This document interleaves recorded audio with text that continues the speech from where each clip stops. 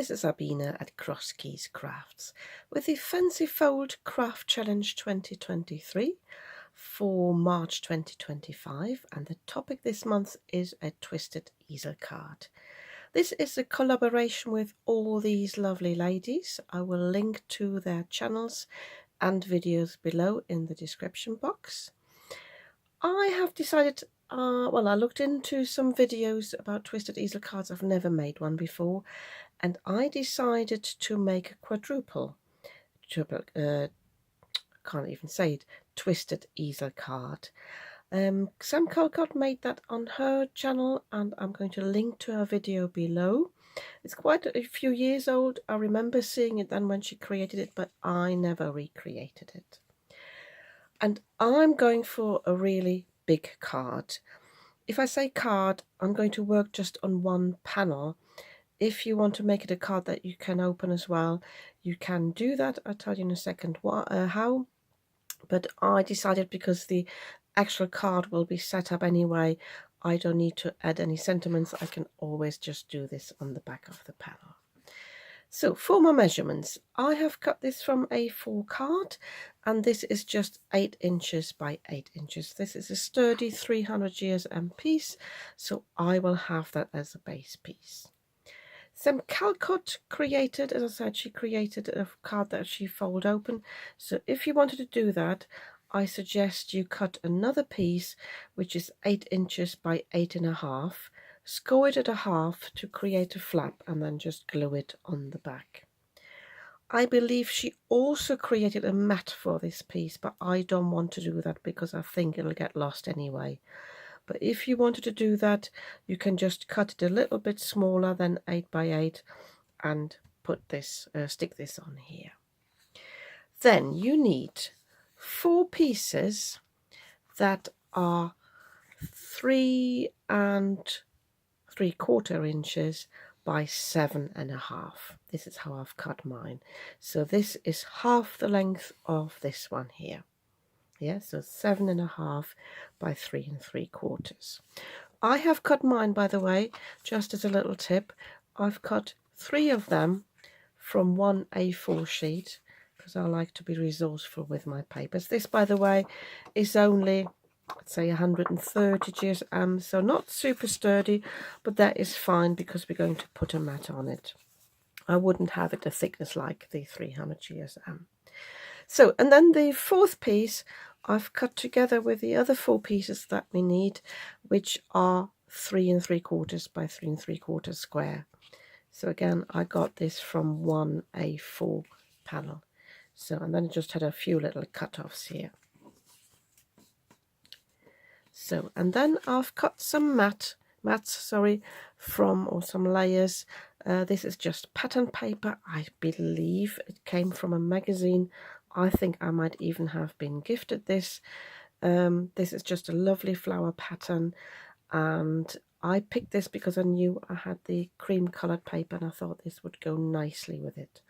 This, by the way, is going to be a wedding anniversary card for golden wedding anniversary, which I need for this week, but basically for tomorrow.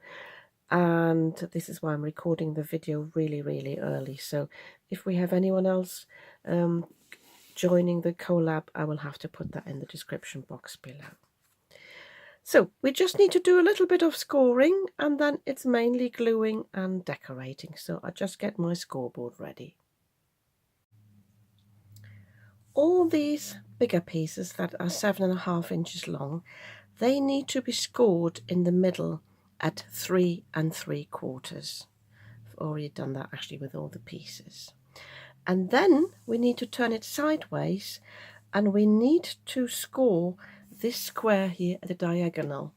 Just move it up a little bit. I have actually marked years ago a groove here in my on my scoreboard, so that makes it easier. So I'm aligning the top here, and I'm aligning the point here, and then I know where to score. But I'll hold it down though a little bit.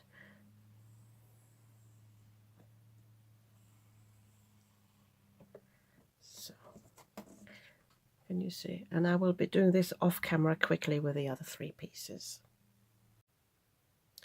Now you take your pieces and you create a valley fold here. So I'm aligning it with the other sort of square on the back using my bone folder here.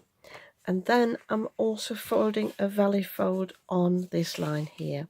Because I've used fairly thin cardstock, I can, if that I haven't scored in quite the right place, I can just shove it a little bit in place and then burnish it. If you've got very heavyweight cardstock, you might not be able to do that. So, and then I've got a card opening like this. I had to rewatch Sam Calcott's video a few times not to get this wrong. So, and then we need to apply glue on this triangle and place the loose or the single square on the top, but really just applying glue here. I will be using my Barely Arts glue again, but I'm conscious that this is thinner cardstock and this can be a little bit liquid, so I try to be mindful that I'm not applying too much glue there. Anyway, this will be hidden anyway. What I did realise just now when I was folding the pieces is that I probably need to cut 4 more of the pattern papers, or at least something for the embellishment, because we need something for the top here and also for the bottom. So that's that. Just glue this down, make sure it's properly adhered in the back. You can open it up like this and press it down like that.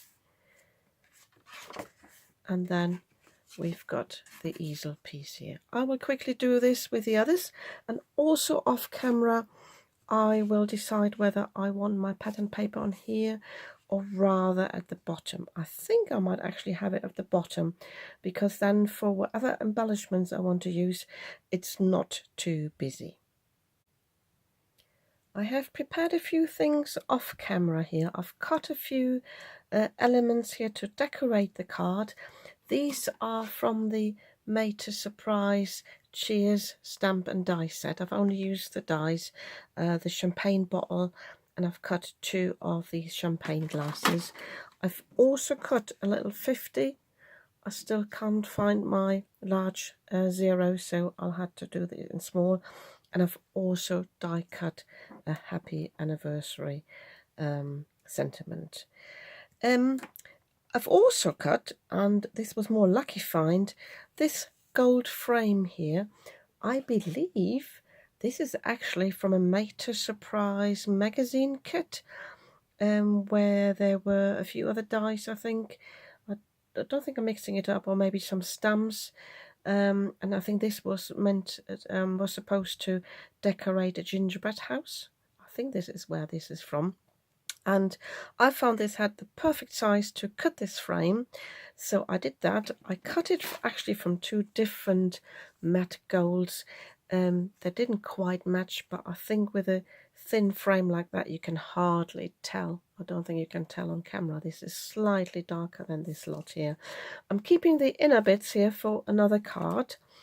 And I've also cut the same frame from some thin white cardstock. I wanted to have the same thickness as this metallic cardstock, just to insert this. I could have cut a square and just stuck it on the back, but I wanted this to be flat, and I also thought this was easier. But just a little tip, because I was struggling on one of the panels, it's actually better to stick the middle bit down first, because it's so easy to distort the frame that you might not be able to insert the inner bit properly once you've stuck the frame down. So do the inner first and then the outside. If you use pattern paper as a mat, be mindful when the card is set up, it will sit up like this. So your pattern paper, if you look at it like this, so this is facing the right way up, your pattern paper for the top has to have the top here and the bottom there, and the same applies for the decorations. But before I put the decorations down, I want to stick these on my card base, which I have mislaid. Bear with me. So I found my piece, it was just here on this side. So I will stick all these down here now, and the important thing is that the pieces open up like this. So you've got the fold here on the top. Can you see? So I will stick these down here now, again with my liquid glue, by the way. For this frame to stick that down, I changed the tip here. There is a really fine tip there, and that worked fine. So I will stick these down with a bit of an edge, just like this. I do this off camera again, and then I'll show you how I attach the embellishments. I will have a little play, but I already know that the bigger piece, although no, it does actually fit on there. I thought it wouldn't fit. If you've got bigger pieces, they are allowed to overlap, but let them overlap on the bottom one here, for example. So if that was sticking out like this and was bigger, it's not a problem because it folds flat on the inside of the card. But you wouldn't want it to have overhang there, because then you needed a bigger envelope, which is possible. But this way, if you put the overhanging bits at the bottom, that's better.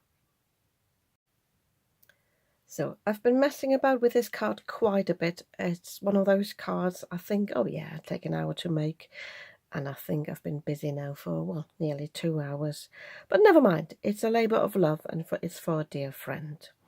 One thing I wasn't happy with, by the way, I decided to put my elements on diagonally, so when these things sit up, they sit at diagonal, but I quite like the look of that. As I said before, if you don't want that, make sure this is your top and this is your bottom.